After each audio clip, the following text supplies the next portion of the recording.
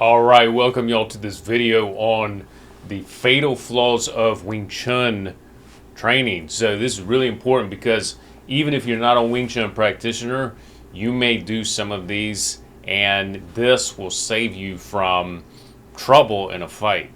So if you're new to this channel, I'm Sifu Myers. I'm in my 20th year as an instructor, and I can tell you that there are valuable things in Wing Chun. I actually teach Wing Chun. I've taught it for 18 years. And the problem though is if you get and you start adhering to things that you shouldn't be adhering to in certain situations in the fight, you could be causing yourself a lot of vulnerabilities, and this is not good. This can get you hurt in a fight. So know when to use and how to use your Wing Chun. So the first thing on the list is that people who train in Wing Chun, they keep their hands away from their head. They tend to keep themselves in this bridge position. And if you fight like this, if you fight from this Chong position all the time, look at the distance. Look at the distance between the hand and the head. All right? If somebody starts swinging on you, you don't have anything to protect against that shot. So you have to bring this hand way over here. So when you're in a fight, you want to always keep one of your hands near your chin no matter what, just in case you need to block stuff. But a lot of Wing Chun practitioners, they fight like this and it gets them hurt. Okay, the second thing on the list is their stance is too square. All right, if you're fighting somebody like this is going to limit your reach. It's going to make your body more available to your opponent.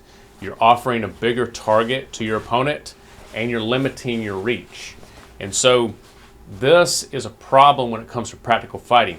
The only exception to this is if somebody's already close to you and you're fighting them up close, then there are situations where being square can actually be a benefit because it gives you greater lateral stability. And so there are certain ranges of the stance that change when we get close to someone. But in general, if you go and try to start a fight square to somebody, that can be a huge problem. The only other benefit I would say is if you're a massive person and you're trying to crush your opponent, being square, you may be able to get away with it if you close the distance very quickly and crush that opponent from a short distance. Other than that, it can be a huge problem. And if your opponent's very slick and they move their feet and they get around you, they can easily pop shot you in a square stance and you won't be able to reach them with that square stance. Okay? This kind of brings us to number 3, which is the reach problem. If you're fighting from Wing Chun point of view, many Wing Chun practitioners, they do what are called arm punches. Whether they want to admit it or not, they do arm punches. When you watch them do a chain punch, they're essentially just using the muscles of their arm, which is not the proper way to punch. If you think about it, Wing Chun was created by a woman, Nag Mu, who taught Wing Chun. And Wing Chun, as far as I can tell, was not a strong lady, at least at the very beginning. And so when she, as a woman, goes to punch, she needs to get everything into that punch. And so if you think about it, you need to do the same thing as no matter how big you are. You want to get everything into that punch, even if you're doing a chain punch. So that means turning your waist into it. That means turning all the way through that punch. That's the only way to maximize your power. If you're doing this type of activity, yes, maybe through your relaxation, you're going to get some energy transference. But if you're a small person, if you're a weak person, if you're a lady or just a small man, you can't just get away with just arm punches. Okay, that's not going to do enough damage to your opponent to actually stop the threat. And then the last point, which also kind of is what I was just talking about, is the lack of hip rotation.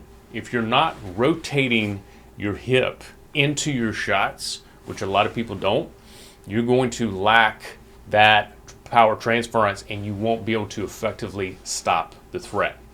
And so these, y'all, are the 4 problems with Wing Chun that I see the most out of my 20 years as a trainer.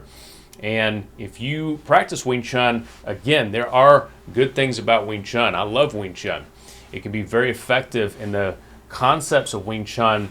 The gate system of the Wing Chun, the centerline principle, are very, very good foundational elements to be a good boxer in general.